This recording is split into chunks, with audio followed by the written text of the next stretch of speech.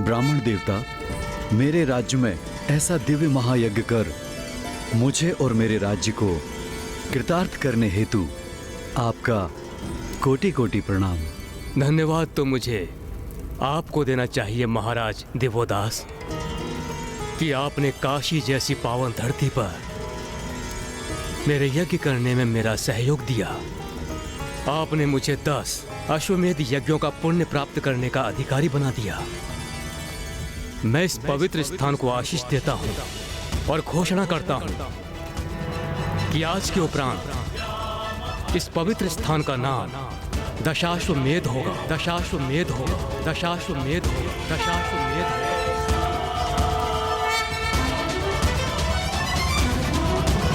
स्वामी, अनर्थ हो गया स्वामी। स्वामी, अनर्थ हो गया स्वामी।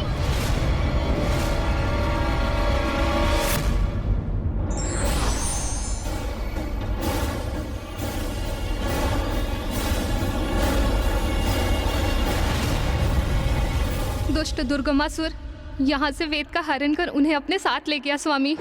ये तो घोर अनर्थ हो गया। देवी देवताओं और धर्म की शक्तियां, वेद लुप्त हो गए तो यज्ञ नहीं होंगे, यज्ञ नहीं होंगे तो भविष्य नहीं होगा, भविष्य नहीं होगा तो देवताओं को भोजन प्राप्त नहीं होगा।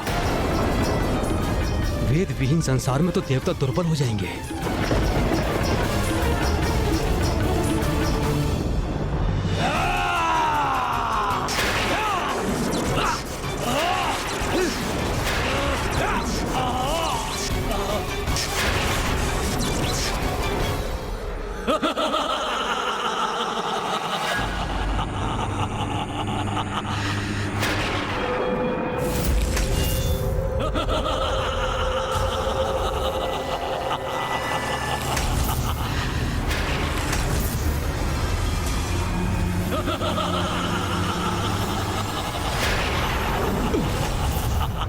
क्या हुआ इंद्रदेव?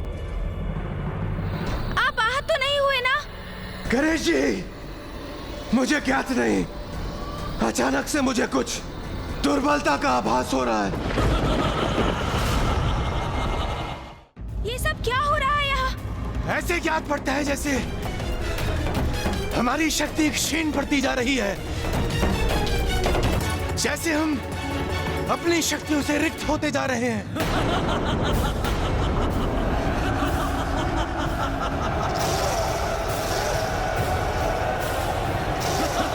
ये दुष्ट असुर तो स्थिर पड़े देवताओं की ओर बढ़ रहे हैं। इन्हें रोकना होगा मुझे। भैया, देवगण तो अत्यंत दुर्बल प्रतीत हो रहे हैं। वो अपनी इस अस्वस्थता की स्थिति में युद्ध करने में सक्षम नहीं। हमें देवताओं को मंदार पर्वत ले जाना होगा।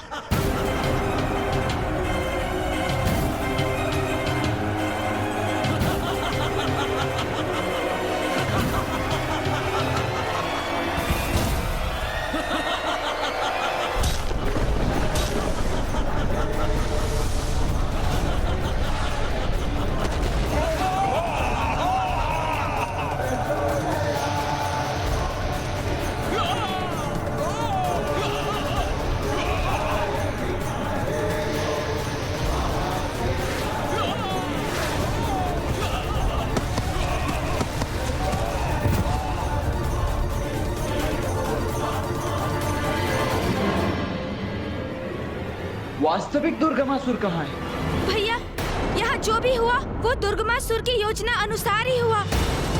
वो हमें यहाँ उलझा कर रखना चाहता था, इसलिए उसने इन सभी असुरों को अपना रूप दिया था, जिससे हम उसे ढूंढने और उसका वध करने हेतु इन सभी से युद्ध करते रहे। किंतु इस समुची अवधि में वो स्वयं उपस्थित नहीं था यहाँ। तुम सर्वथा उचित कह रहे हो गणेश। ये सब तो दुर्गमासुर का छल ही था। किंतु यदि वो स्वर्ग पर अपना अधिकार स्थापित नहीं करना चाहता था तो वो यहाँ आया ही क्यों था? वो चाहता क्या था? कुछ ऐसा जो स्वर्ग से भी अधिक महत्वपूर्ण है। हाँ, स्वर्ग से भी अधिक महिमामयी है भैया।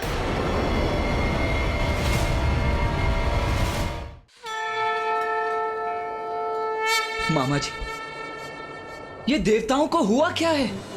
अचानक ये सब इतने शक्तिविहीन क्यों हो गए? इनके शक्तिहीन होने का कारण क्या है? वेद वेद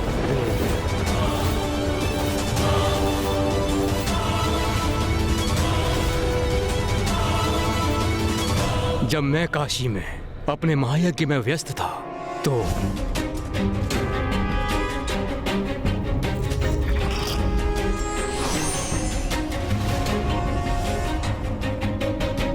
अर्थात दुर्गमासुर ने वेद चुरा लिया है।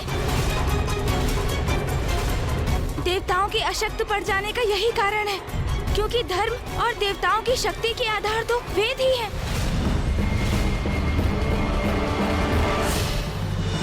तुम उचित कह रहे हो गणेश। वास्तव में दुर्गमासुर तो स्वर्ग में कभी था ही नहीं। वो हमें युद्ध में उलझाकर स्वयं ब्रह्मलोक चला गया। हाँ भैया, बहुत धूर्त और कपटी असुर है ये दुर्गमासुर। भैया, हमें उसे शीघ्र ढूंढकर वेद को उनके उचित स्थान पर लौटाना होगा और उस दुष्ट दुर्गमासुर का अंत करना होगा। पुत्र गणेश, पुत्र कार्तिकेय, दुर्गमासुर का अंत इतना सहज नहीं। सहज नहीं है उसका अंत? किंतु क्यों फूफा जी?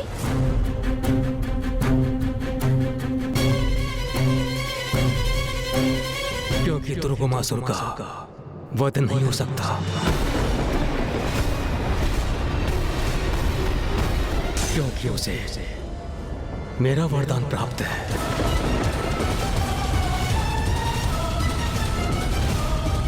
दुर्गमासुर मेरा परम भक्त है। उसने मेरी कठोर तपस्या कर मेरे दर्शन प्राप्त किए हैं। आंखें खोलो वत्स। प्रणाम प्रभु। मैं तुम्हारी तपस्या से प्रसन्न हुआ। कहो, क्या वरदान चाहते हो?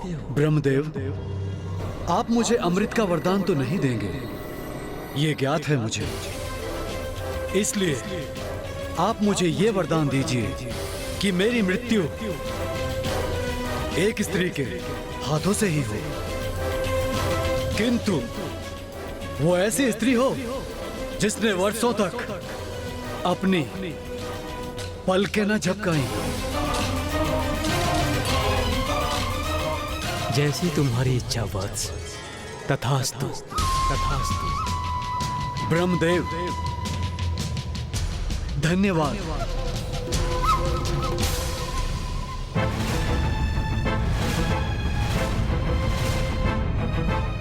ये कैसा वरदान मांग लिया दुर्गमासुर ने? एक ऐसी स्त्री जिसने कभी अपनी पलकें तक ना झपकाई हो। किंतु ये संभव कैसे है? एक ऐसी स्त्री जो अपनी पलकें ना झपकाए, ऐसी स्त्री की कल्पना और अस्तित्व तो असंभव है। ऐसी एक स्त्री है।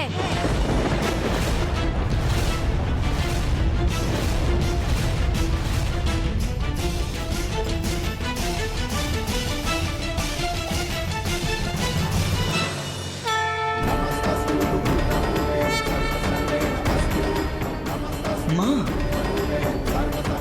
हाँ भैया, माँ ही दुर्गमासुर का वध कर सकती है।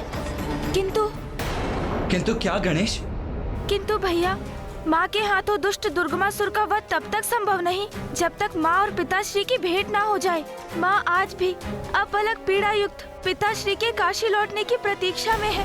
भैया, हमारे लिए भी ये एक कड़ी परीक्षा का समय है, क्योंकि अब हमें केवल ऋषि जैगिश्वे की मुक्ति का ही नहीं, वरन माँ और पिताश्री के शीघ्र मिलन के लिए प्रयास तीव्र करना होगा। तभी माँ की पीड़ा भी दूर होगी और इस पीड़ा के अंत से ही सृष्टि पर छाई दुर्गमासुर नामक संकट का भी अंत संभव हो पाएगा। भैया, ज्ञात नहीं इस अंतराल दुष्ट दुर्गमासुर की अगली योजना क्या हो, इसलिए अब शीघ्र अति शीघ्र माँ और पिताश्री का मिलन अति आवश्यक हो गया है। भैया, अवसर मिलने पर भी जो उसका उचित लाभ नहीं उठा पाते और स्वयं का ही अहित कर बैठते हैं, महामूर्ख कहलाते हैं।